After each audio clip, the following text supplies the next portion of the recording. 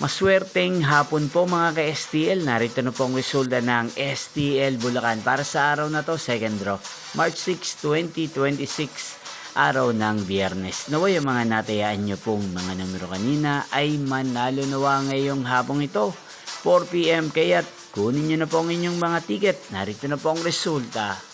Ang mga numerong nanalo sa STL Bulacan ngayong hapong ito, March 6, 2026, 4 PM, second draw result, 7 at 12 in exact order.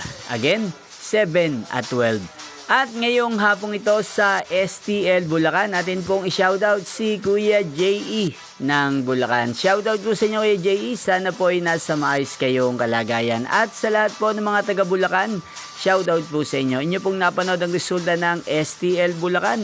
Maraming salamat po sa patuloy nyo pong panonood at pagsuporta sa aking channel. Magkita-kita pong muli tayo mamayang 8 PM. Thank you for watching.